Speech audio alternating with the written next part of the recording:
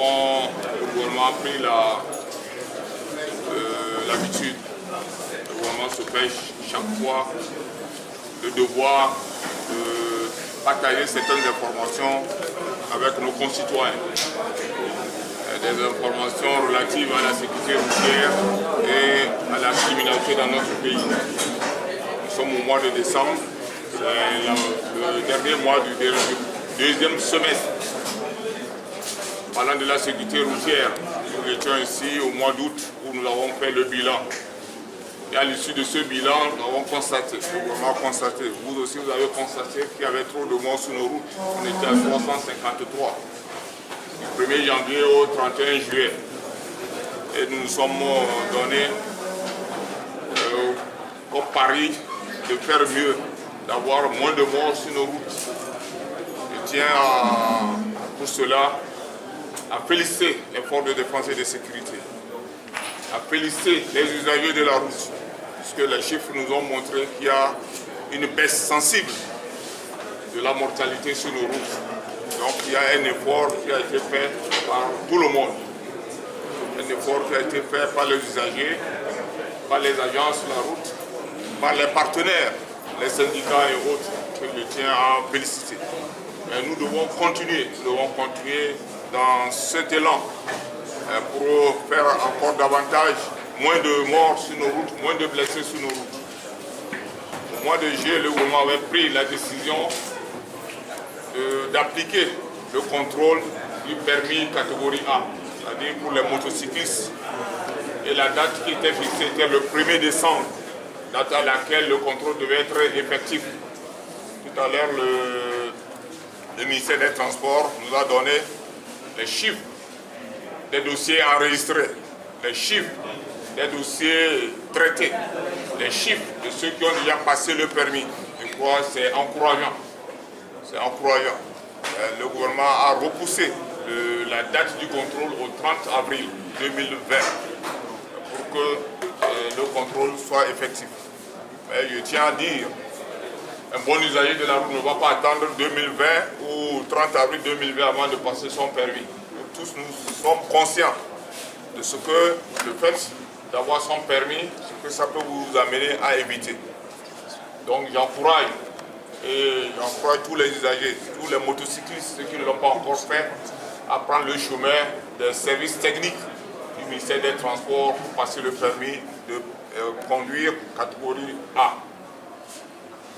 Le gouvernement, dans ses efforts de réduire le taux de mortalité sur nos routes, a décidé d'appliquer une mesure qui est le test d'alcoolémie au niveau des usagers. Donc je disais tout à l'heure, à compter de lundi, on n'a pas besoin d'apprentissage. Pour dire qu'il nous faut un délai d'apprendre. L'OMS dit que lorsque vous avez plus de 0,5 g d'alcool dans le sang, vous êtes en danger. Donc à partir de lundi, les éléments au contrôle peuvent demander à certains usagers de souffler dans l'appareil pour qu'on puisse voir est-ce qu'ils n'ont pas un peu trop d'alcool dans leur sang. Toutes ces mesures doivent contribuer à réduire les accidents sur nos routes. Parlant de la criminalité, j'ai dit aussi qu'il y a un effort qui a été fait, aussi bien par les forces de défense et de sécurité, à qui j'adresse les félicitations du gouvernement, que par nos concitoyens, dans leurs efforts de contribution, dans leurs efforts d'informer les forces de défense et de sécurité de tout ce qui est suspect. Il y a des résultats qui sont obtenus grâce à la population civile. Celle-là que j'encourage, aller dans le sens, on ne dit pas de venir par délation ou procéder à des dénonciations calomnieuses, donner aux agents des informations qui sont utiles à maintenir la paix et la sécurité dans notre pays. On parlait des braquages, nous étions à une quarantaine au premier semestre, aujourd'hui c'est réduit de moitié. C'est encourageant, mais on va continuer à faire davantage. Je sais qu'on ne peut pas avoir 0 braquage par semestre, mais à réduire sensiblement vraiment ce taux de criminalité dans notre pays, que ce soit les braquages ou les cambriolages. Le gouvernement travaille tous les jours, mais les moyens aux forces de défense et de sécurité pour les amener à combattre la criminalité dans notre pays. Voilà l'essentiel de ce que nous avons échangé cet après-midi.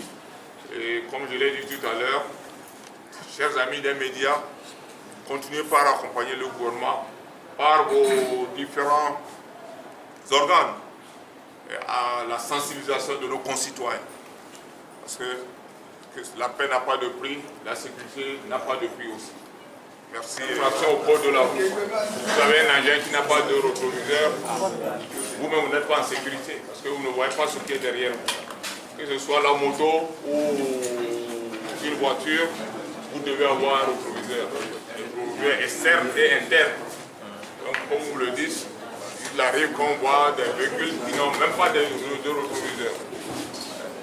Non seulement l'usager, le chauffeur en danger, mais les passagers qui transportent sont également en danger. Donc, c'est pas nouveau. Parce que les camarades sur la route tombent sur des chauffeurs qui ont ce comportement, ils sont sanctionnés. Vous amendez. Vous payez au moins 10 000 francs d'amende. Le but du jeu, ce n'est pas de faire de l'argent au gouvernement. C'est pour conscientiser l'usager. Pour conscientiser nos concitoyens. Pour dire, vous avez pris un peu plus d'alcool, il faut éviter le volant. Parce que vous prenez de l'alcool, vous avez l'impression d'être dans les airs, alors que vous êtes sur la terre. Non seulement pour préserver votre vie, pour préserver aussi celle des autres. Donc vous avez plus de 0,5 grammes, on doit vous amender. Ou on vous fait garer, mais on vous amende et on vous fait garer la voiture. Merci beaucoup.